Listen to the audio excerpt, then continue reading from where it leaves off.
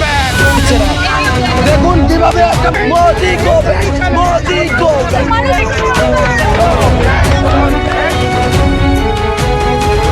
Narendra Modi go back, Narendra Modi অবিলম্বে তুমি বাংলা ছাড়ো। এই বাংলায় নরেন্দ্র মোদীর জায়গা নাই। আমরা আবারও রাজপথে নেমেছি, আবার নামবো।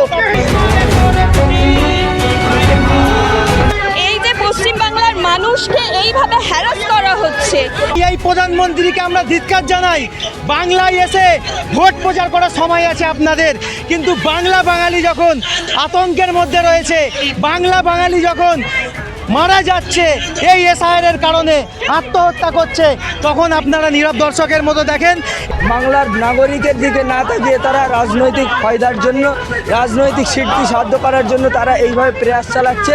এই নরেন্দ্র মোদী এবং তার দালাল জ্ঞানেশ কুমার পশ্চিমবাংলার নাগরিকদের সাথে যুদ্ধের ঘোষণা করেছে। ভারতবর্ষের লজ্জা, যেখানে বাংলা বাঙালি শয়ে শয়ে মানুষ এই এসআইআর এর চক্রান্তে তারা আত্মহত্যা করেছে, তারা মারা গিয়েছে, তাদেরকে কোনো দিনের জন্য সমবেদনা জানাই নেই প্রধানমন্ত্রী। এসআইআর বাতিলের দাবিতে দীর্ঘ 11 দিন ধরে আলিয়ার ছাত্রছাত্রীরা এবং শিক্ষকরা যে শান্তিপূর্ণ ধর্নার মিছিলে ছিলেন, এবং তা থেকে আজকে একেবারে সরাসরি রাজপথে কালো পতাকা নিয়ে Narendra Modi go back slogan দিয়ে তারা একেবারে দীর্ঘদিন ধরে যে এসআইআর নিয়ে বঞ্চনা, তার তীব্র ক্ষোভ উগড়ে দিচ্ছেন।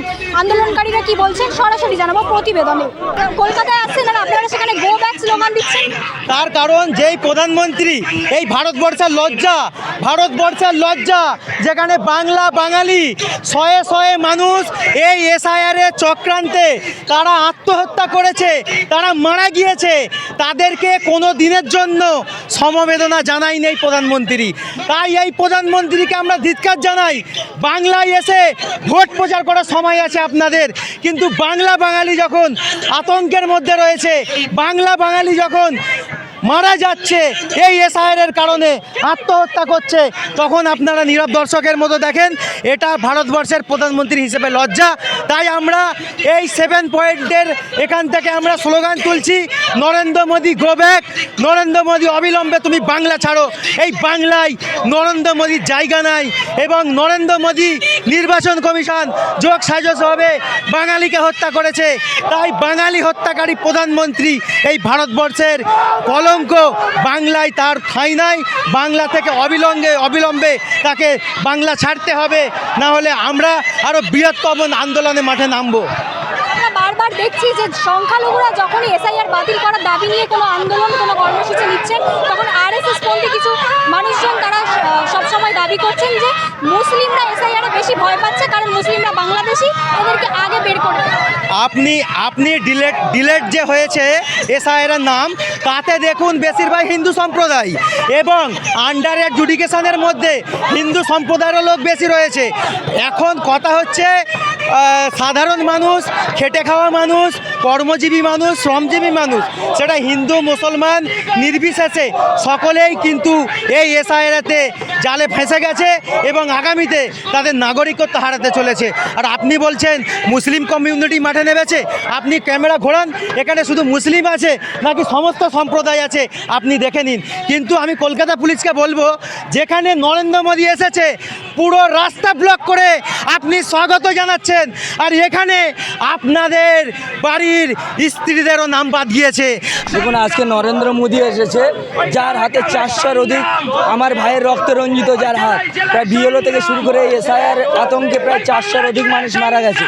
যে নরেন্দ্র মোদীর আতঙ্কের কারণে মানুষের ভিতরে ভীতি সৃষ্টি করেছে, এই বাংলায় যাদের জন্ম তাদের নাগরিকত্ব হয়রানির নামে চক্রান্ত করে মানুষের জীবন কেড়ে নিচ্ছে, সেই রক্তে রঞ্জিত দাঙ্গাবাজকে কোনোরকমভাবে বাংলায় আমরা দেখতে চাই না।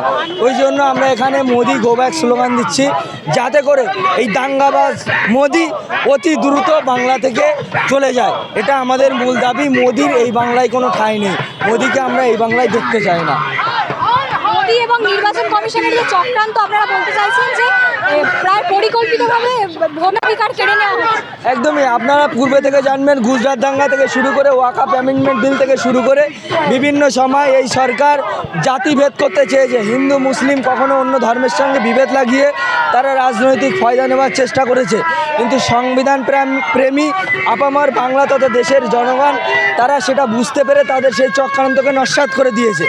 তখন যারা পারছে না তখন একটি জাতির প্রহসন করে অন্য জাতির উপরে চাপিয়ে দিয়ে একটা নাগরিক হয়রানির মধ্য দিয়ে যারা সংবিধানপ্রেমী মানুষ রয়েছে তাদেরকে হেনস্থা করা এদের মূল লক্ষ্য এবং দেশে বিভেদ এবং দাঙ্গা সৃষ্টি করা এদের মূল লক্ষ্য।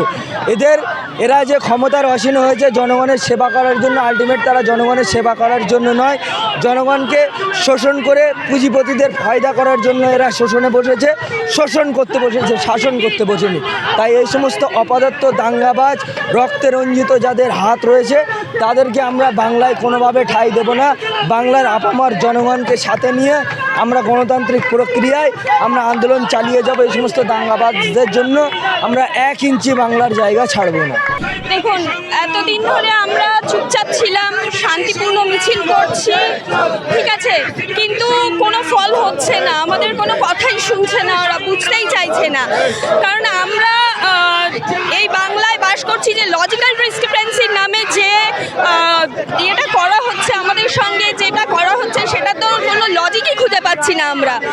তারপরে এই যে পশ্চিমবাংলার মানুষকে এইভাবে হ্যারাস করা হচ্ছে, এই হ্যারাস করার কোনো মানে হয় না। তো আমরা ঠিক করেছি যে আমরা লড়াই করব, তার কারণ লড়াই ছাড়া আর কোনো রাস্তা আমাদের বাকি রাখেননি ওনারা, কোনো রাস্তাই বাকি রাখেনি যে যেটা থেকে আমাদেরকে একটা সলিউশনে আসতে হবে, সেই সলিউশনের কোনো রাস্তাই দেখাচ্ছেন না ওনারা।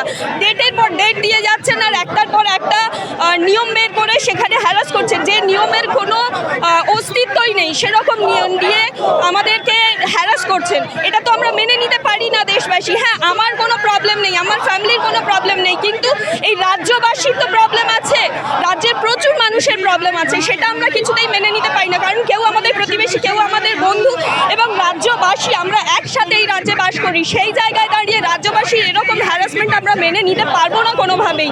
তাই আমরা আজকে রাস্তায় নেমেছি এবং মোদি যে এখানে এসেছে এত কিছুর পরেও এই রাজপথে, সেই কলকাতায় বুকে, সেই তিলোত্তমায় এসে মিটিং মিছিল করে যাবেন, সেখানে মিথ্যে কিছু প্রতিশ্রুতি দিয়ে যাবেন, সেটা তো আমরা মেনে নেব না কখনোই। কারণ এর আগে বহু মিথ্যে প্রতিশ্রুতি আমরা দেখেছি, নোটবন্দি থেকে শুরু করে আরও বহু কিছু আমরা দেখেছি, এবং সেগুলো কোনোভাবেই আর আমরা চাইছি না এখন যে আবার আমাদেরকে এখানে এইভাবে ভোটবন্দি করা হোক। ভোটবন্দি আমরা হতে দেব না কোনোভাবেই, কারণ এখানে প্রত্যেক বৈধ ভোটারের অধিকার আমরা করছি, বৈধ নাগরিকের নাগরিকত্ব দাবি করছি। এই নাগরিকত্ব আমরা এই দেশে জন্মগ্রহণ করছি, শুধু আমরা নয়, আমাদের পূর্বপুরুষরাও এই দেশে জন্মগ্রহণ করছে। আমরা আমাদের নাগরিকত্ব কেন ছেড়ে দেব? যেই দেশে আমার জন্ম সেই দেশে নাগরিকত্ব আমি কেন ছেড়ে দেবো? বললেই শুনে নেব আমরা? কোনোভাবেই আমরা শুনবো না এগুলো। তাই আমরা মিছিল করব এবং শান্তিপূর্ণ মিছিল করব। যদি ভালো কোনো সিদ্ধান্তে আসে ভালো, তা না হলে এরপরে বাংলা কতটা উত্তাল হতে পারে, বাংলার মানুষ কতটা ক্ষেপে যেতে পারে, সেটা আমরা পরবর্তীতে দেখব। কারণ মোদি আমাদের অধিকার ছিনিয়ে নেবার চক্রান্ত এনেছে, SIR এর নাম করে নো এনআরসি নিয়ে এসেছে। যে নো এনআরসির জন্য আজ থেকে 2 বছর আগে বিশাল হইচই হয়েছিল, রাস্তায় নেমেছিলাম আমরা, প্রাণ দিয়েছিল বহু মানুষ। সেই নো এনআরসিকে SIR এর নাম করে নিয়ে আসা হয়েছে। আমাদের নাগরিকত্ব ছিনিয়ে নেবার পুরো দমে কাজ শুরু করে দিয়েছেন। 1,20,00,000 লোকের নাম বাদ দিয়ে দিয়েছেন। হ্যাঁ, যেটা বিচারাধীন বলছেন, সেটাও আমার মনে হয় না যে আমরা তারা ভোট দিতে পারবে এই 26-এ, এবং এটাই হচ্ছে আমাদের নাগরিকত্ব ছিনিয়ে নেবার প্রথম স্টেপ। তো আমরা তাই জন্য রাস্তায় নেমেছি, ধর্নায় বসে আছি আজ 11 দিন ধরে। আমরা চাই তিনি আমাদের অধিকার ফিরিয়ে দিক, কিন্তু তিনি তো দেবেন না। তাই আমাদের সুপ্রিম কোর্টের কাছে আবেদন যে এরকম একজন প্রাইম মিনিস্টারকে আমরা রাখতে চাই না, অন্তত আমাদের রাজ্যে তো নয়, দেশেও না। আমরা দেশ ছাড়া করব, রাজ্য ছাড়া তো করবই।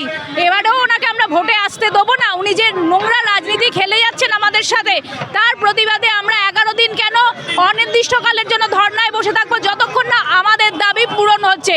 আমাদের দাবি বলতে আমাদের যে অধিকার, জন্মগত অধিকার, সাংবিধানিক অধিকার, সেটা উনি ছলে বলে কৌশলে ছিনিয়ে নেওয়ার চেষ্টা করছেন। সেটা আমরা কিছুতেই হতে দেবো না। আমাদের নারীর অধিকার, আমাদের সংখ্যালঘুদের অধিকার, আমাদের মতুয়া, আদিবাসী, মুসলিমদের অধিকার তিনি ছিনিয়ে নিতে পারেন না কোনো অধিকারে।